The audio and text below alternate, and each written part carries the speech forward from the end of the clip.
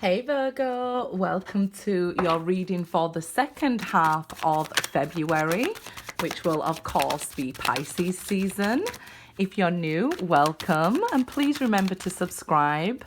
Remember to hit the notification bell so you get all the readings I post each month. I've already posted the generals and the career and the horoscope. So let's see here what we have going on for Virgo's February. Gone back to using my favorite deck, and of course I will leave information about all the different decks of cards I use in all my videos in the description box. Okay, so if you want to know the names of the cards, check out the description box there. Okay, let's see, Virgos, what's going on with you guys? Okay, like I said, it will be Pisces season.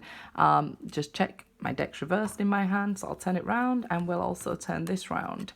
It will be Pisces season. So here I feel like it's about trusting your intuition, following your gut feeling. I do feel as well that you need to take better care of yourself. Maybe you're taking care of others too much, and you don't really get a chance to take care of yourself here. So I do feel like you should be taking better care of yourself during this time, or you could end up feeling drained. You have to trust your instinct here with the High Priestess.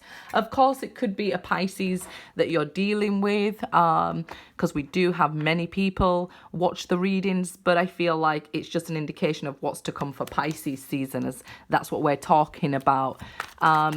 It will, of course, be Mercury retrograde from the 17th of February till the 10th of March. So this watery energy can make, you should be trusting gut more than, your brain during this time. Okay, 10 of Wands. So here we see like a long drawn out situation that maybe ended somehow, but isn't quite over, because the 10 of Wands being reversed, and you see me check the deck and turn it round. So yeah, it's like something that's been long and drawn out, been weighing on you quite a lot. And maybe that's why you need to take care of yourself during this time. You've been carrying a lot of burden, maybe even doing things for other people that's could be taking its toll on you or on your health. If you're always the one to carry it, it's saying to drop the burden here. Okay, somebody could be dumping that all on you, but you need to drop it. Something that's been long and drawn out here, we need to see come to an end. I feel like maybe not in February here will it come to an end, but soon, hopefully, because this has been weighing on you a long time with that 10 of Wands, and it's still like there, it's like still carrying with you. So it could be a relationship that ended, but you're still carrying the stress of that or the hurt from that relationship with you here. Maybe with it being retrograde, these feelings might come up again. Yeah, look at this, it was definitely something that's over, because we see the 10 of Swords.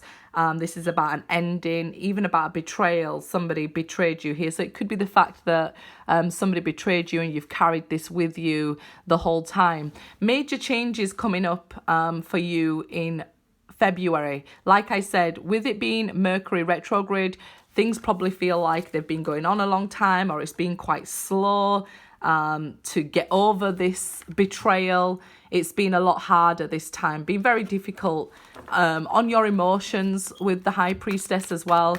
Maybe you no longer trust yourself to even make decisions with the High Priestess. That's why it's about, trusting your own self here. So in one sense, the worst of it is over, but it's like you're still carrying it with you, because the 10, 10s are about endings. Here we see the 10 reverse. So it's like the worst of it is over with the 10 of Swords, but you're still carrying it with you here.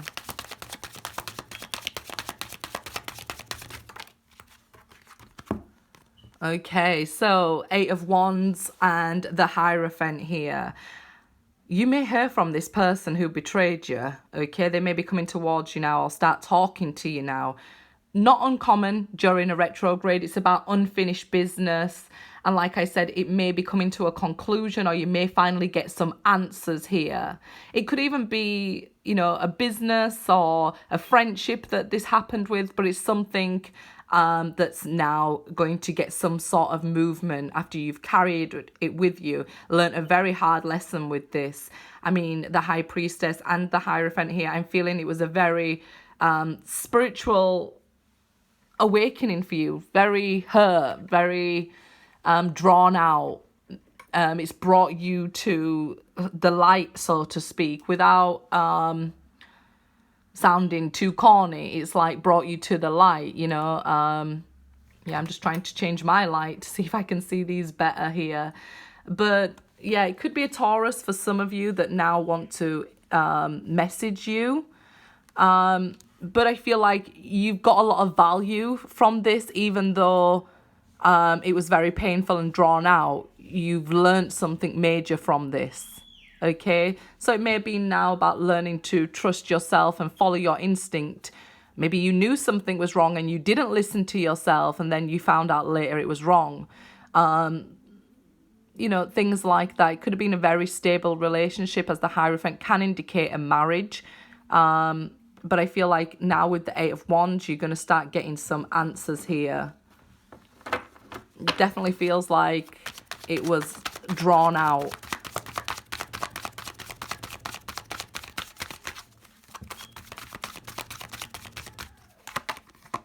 Seven of Cups, another indication of Pisces season.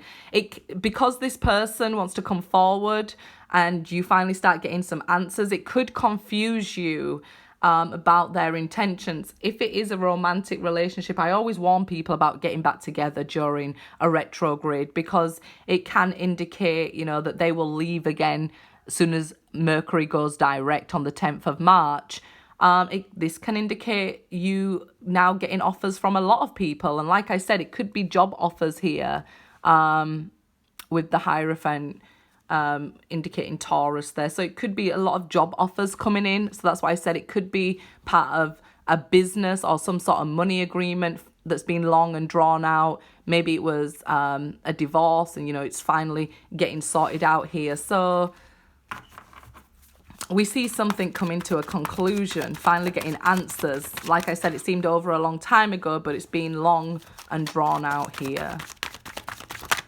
Could be that you're having strange dreams as well with that Seven of Cups during Pisces season. You might be getting like dreams that sort of foretell you what's coming. Okay, so that's why you're being told to trust your intuition. You could just be finding when we get into Pisces season that it's very hard for you to navigate being an earthly sign. Okay. So, Three of Cups jumped on the floor. We have the Wheel of Fortune, the Devil, and the Three of Cups. So it's like the Devil wants to reunite with you here. Again, the Devil can be a marriage card, okay? So can the Three of Cups, because that's this coming together. It's unity, the threes, okay? Celebrations and good news. So it could indicate somebody who is married to, it can indicate a pregnancy, somebody being led away into a third party situation by desire here, and that turning around now because we do have the Wheel of Fortune.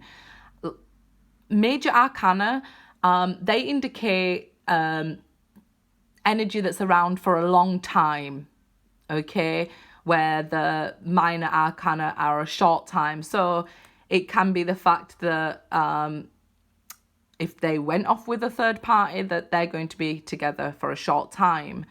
Or it could be good news is coming in a short amount of time, okay? Things will turn around. You'll start to feel better in a short amount of time. With this Devil card here, it can indicate a strong tie you have to somebody. But it could also indicate somebody who is drinking too much, or maybe even gambling, things like that, smoking, any sort of addictions here that, give you a happy feeling for a short amount of time. So it might have been a coping mechanism. Again, I would say, you know, try to overcome these, okay, because they're just keeping you happy for a short amount of time, but it's not getting to the root of the problem here. But it shows like somebody may come forward here and want to talk to you about getting back together. The Wheel of Fortune indicates, you know, things going the way you want them to. So a lot of people might want to get back with somebody from the past. A lot of people might not, okay? With the Devil card here, I just feel like it could indicate that you're going to be lucky if you're gambling. I wouldn't suggest gambling, but it could indicate you're going to get lucky and have some good news. With the Devil card, Three of Cups, and the Wheel of Fortune, it can indicate that you, Virgo, are the one dating multiple people, being led by desire rather than from your higher self. I doubt we have, you know, a lot of Virgos doing that at the moment, but it can indicate that, okay? I know some do, because maybe we have cross watchers where a Virgo is doing this to them, dating multiple people with the Seven of Cups and the Three of Cups there, okay? You're going to hear from this person. So you might just be finding out that your person is cheating on you. So whether it's a Virgo that you're watching for or whether you're a Virgo watching, you could be finding out that your person is cheating on you, led by desire, even addiction here.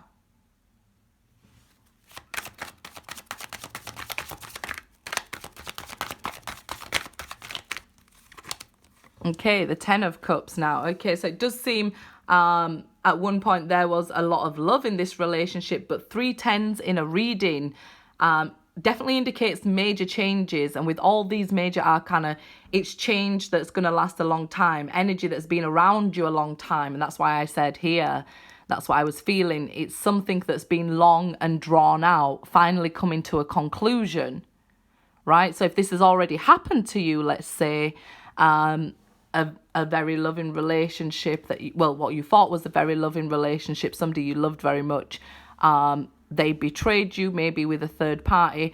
Another option here, they had options, maybe even more than one other person. Maybe they was messaging them. But what we're finding out here is the answer. So you're either going to find out what's going on with them, if it's already happened, or this could be about to happen. Let's get some of the Divine Feminine Oracle cards here and see what else we have for Virgos. So if this has already happened, it's like finally getting the truth of the situation, finally seeing clearly. I don't feel like it'll happen in February because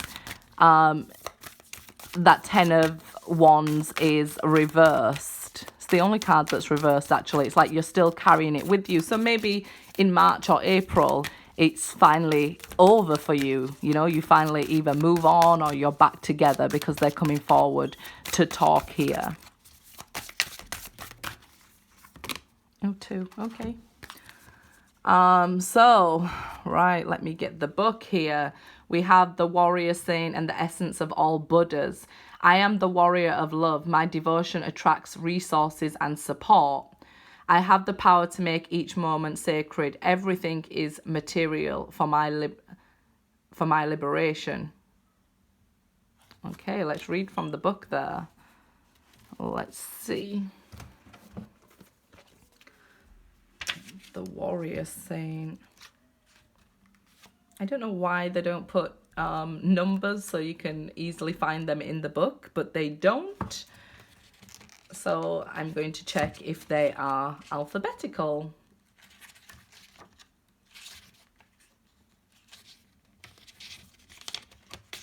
Which they are not either.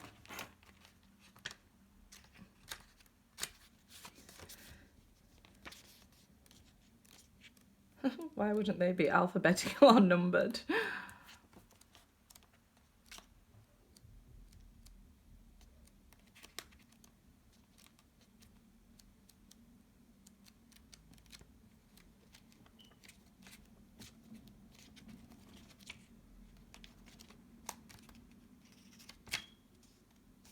Okay, so we found the warrior princess.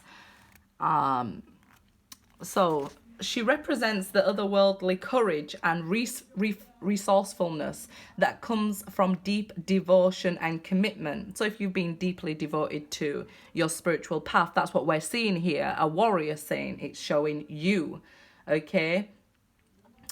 Maya was born in the 17th century in what is now the Punjab at the time of the 10th Guru Gobind Singh. She was raised a devout Sikh and was trained by her father to use a sword so that she could uphold the Sikh tenet to defend but not attack. Okay, when she was a young woman in her village, her village was threatened by the Mughal forces. She heard that the Khalsa, or the warrior saints appointed by the Guru to defend the Sikhs, had defected and were fleeing back to their villages. So Maya took her sword and went village to village, convincing the warrior saints to go back and protect the Guru from the advancing Mughal army.